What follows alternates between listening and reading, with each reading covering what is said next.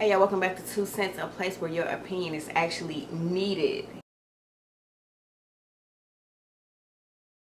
So this one says, so I got your email asking about an update on my situation, and at first I wasn't going to respond because I wanted to have the results from the second test, but let me just tell everybody about the first one.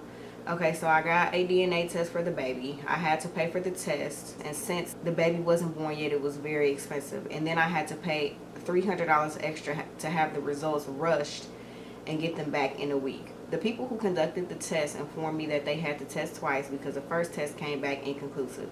I asked why that might have happened, and they said it could have been lab error or tainted DNA samples.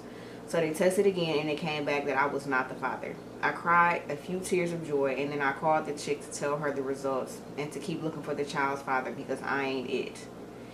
She went off, and he put off in all caps. She even went so far as to put it on her dead grandmother that I was the only guy she had been with 5 months before finding out she was pregnant, and that I absolutely had to be the father. She told me that she would be getting her own test when the baby came out, and not to go far because she would be needing a sample from me.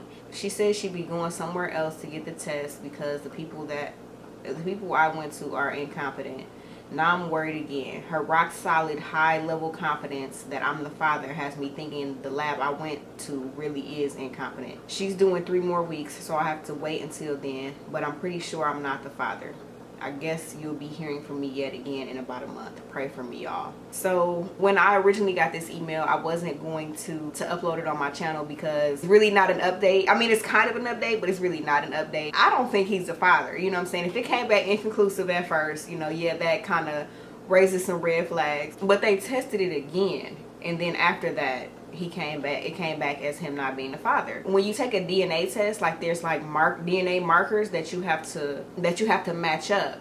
So if they didn't match up, then he wouldn't be the father. Like taking another test is not going to make the DNA markers match up. I'm not a forensic scientist or any of that. Like I don't work in a lab, so I have no idea how that goes, but I just feel like, once you get that test back and it says, you are not the father, here's the DNA results, he's not the father. I could be wrong. Leave your 2 cents in the comments below, and make sure you give this video a thumbs up and subscribe if you have not already, and I will see you guys in my next video.